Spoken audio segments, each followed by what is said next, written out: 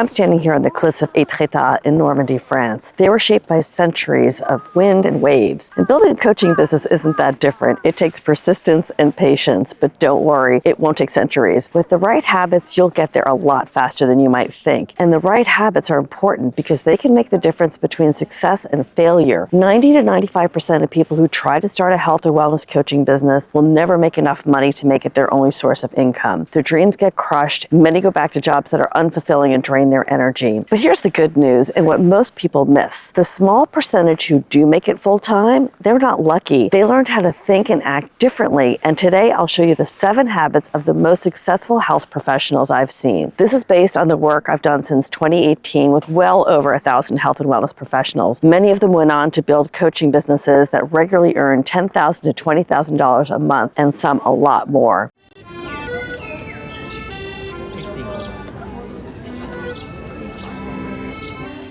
I'm Nicole Piper. Before working with coaches, I spent nearly 30 years building some of the world's most recognized brands, MTV, Nickelodeon, and Pokemon. Now I help health and wellness professionals grow profitable online businesses using my trust-based marketing method, an approach that's built on connection, integrity, and results. Okay, let's dive into those 7 habits of highly successful health professionals. Successful health coach habit number 1 is they create relevant uniqueness. So one of the main problems people run into when they're trying to build a health coaching business is they don't stand out from the other coaches online. That makes it very difficult, even impossible, to get enough clients to build a sustainable business. So they look for ways to make themselves stand out. And the advice they often are given is to create a personal brand, something that showcases them in a different way. And that may include some kind of a look that reflects their personality or a way they want people to perceive them and remember them. And many coaches will even invest in a brand photo shoot and brand guide so they have a consistent look across all their social media and marketing platforms. Now, there's nothing wrong with doing those things,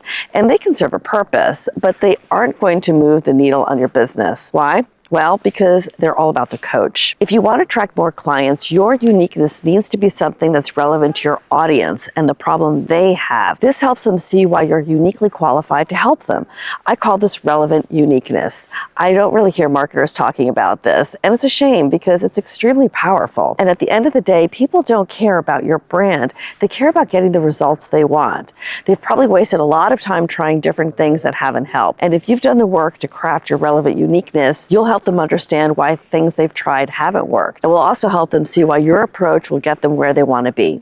Okay, successful health coach habit number 2 is they focus on creating an offer, not picking a niche. Most coaches spend months, even years, trying to pick a niche.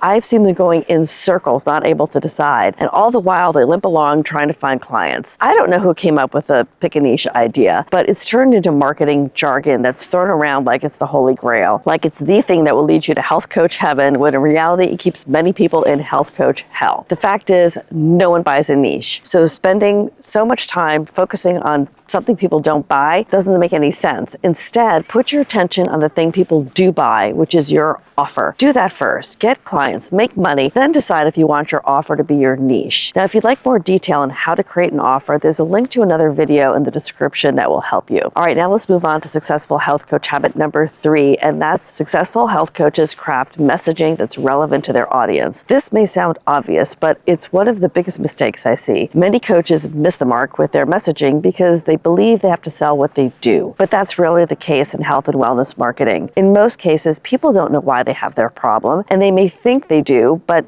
often they don't, and they rarely know what will fix it. That's why people with eczema try lotions and creams and ointments when what they really need is help with their gut. Or people with persistent back pain will try chiropractors, physical therapists, exercises, stretches, and so on to get relief. But the problem could be a weak pelvic floor, trapped trauma, or an overactive nervous system. Messaging is one of the most difficult things to get right, but it makes all the difference. So it's definitely worth the time to really dial it in. Okay, we're on to habit number 4, and that successful health coaches are thought leaders. They help people see their problem in a new light. This is so important because it explains why people haven't gotten results from the things they've tried. And more importantly, it helps position you as the solution. In some ways, AI is making it easier for you to become recognized as a thought leader, provided you don't use it to write your content, or that if you do use it, you know how to use it the right way.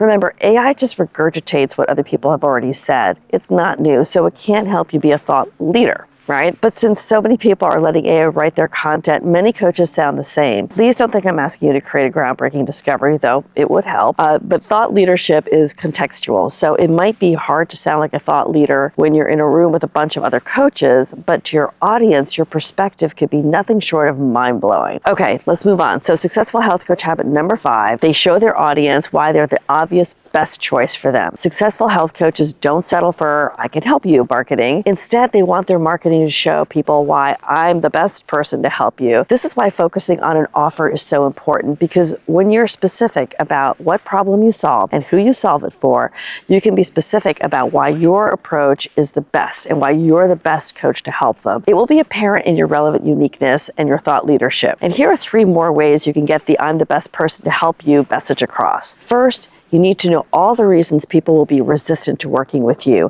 and then make a point to address that resistance head on. For example, one of my clients, Susan, worked as a physical therapist for years, helping people get out of pain. Physical therapy is obviously very hands-on, but Susan now does everything virtually, and she gets people even better results that way than with manual therapy. So many people will be resistant to that idea. They really can't imagine that someone can help them get out of pain without actually doing something physically to them. So that's something I address in our webinar and other content. Here's another way to show people how you're the obvious best choice for them. Tell them about some key discoveries you made about the problem they have. These discoveries should be new and surprising to them. This will show your depth of knowledge about the problem and help add to your thought leadership. Then the third way is with your signature system. Your signature system is a way to show people how you'll get them results. Now keep in mind, it's a marketing message, not the steps of your program. And if you do it right, it will get people excited to work with you. Here are 3 quick ways to do this. First, create steps that overcome people's objections. Second, create steps that address specific parts of the problem that you revealed in your discoveries, and make the steps transformational. That's number 3. So make them transformational, not informational. And there's a link to another video in the description that goes into this in more detail, including examples. Habit number 6, successful health coaches are intentional with their marketing. Of course, your marketing needs to showcase your relevant uniqueness, your thought leadership, and why you're the best choice for the people you want to help. You also want to make sure it doesn't look like it comes off an assembly line. There are a lot of business growth programs out there now that encourage using templates and AI to create marketing assets. While AI definitely can have a place in your marketing, the danger with that is that a lot of content now looks exactly the same, and it looks and sounds very AI. Your potential clients can see that. And another problem is that once they go into one coach's funnel on Facebook, for example, the algorithm will send them other funnels about the same topic. When I started working with Susan, who I mentioned earlier, she said she saw quite a few webinars from coaches who also help people out of pain,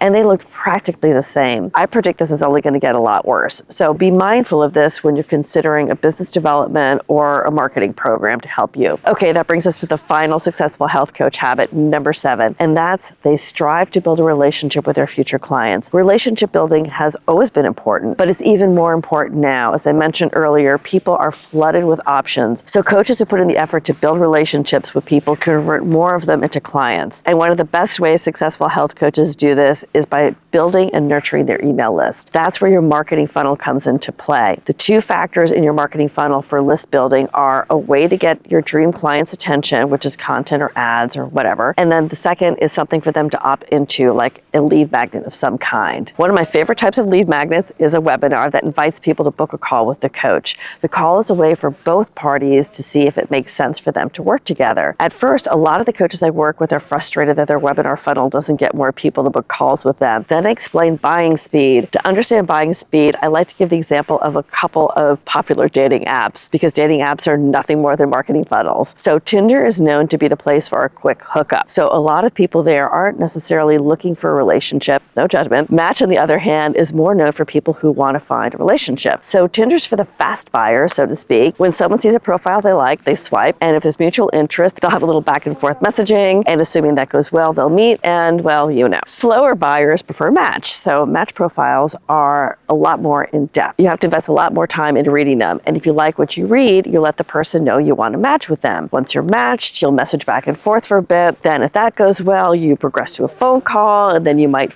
meet for coffee, and if you're still interested, you'll have an actual date, and then another, and so on. So the match route is all about getting to know the other person more with each step. You want to see if you're a good fit. So there are fast buyers and slower buyers. And of course, on both apps, there are non-buyers. Those are the ones you swipe on who don't swipe you back. And when it comes to marketing your coaching business, generally speaking, about 50% of people who come in contact with you will be non-buyers. So we can forget about them. Of the remaining 50%, only a tiny percentage will be fast buyers. Those are the ones who see one of your marketing assets and click the book a call link right away. The rest of the potential buyers need to get to know you better before they take the next step. That's why building an email list is so important. It gives you a way to warm up the slower buyers, you stay in front of them and top of mind. Now what? There's a lot more that goes into each of these habits, and I cover a lot of them in my newsletter on Substack. So if you'd like a front row seat, I put a link to it in the description. There are dozens of free articles already available there for you. If this video gave you clarity or sparked an idea for your business, please show it some love by giving it a like, and don't forget to subscribe to the channel so you never miss a new one. All right, that's all I have for you today. Bye-bye.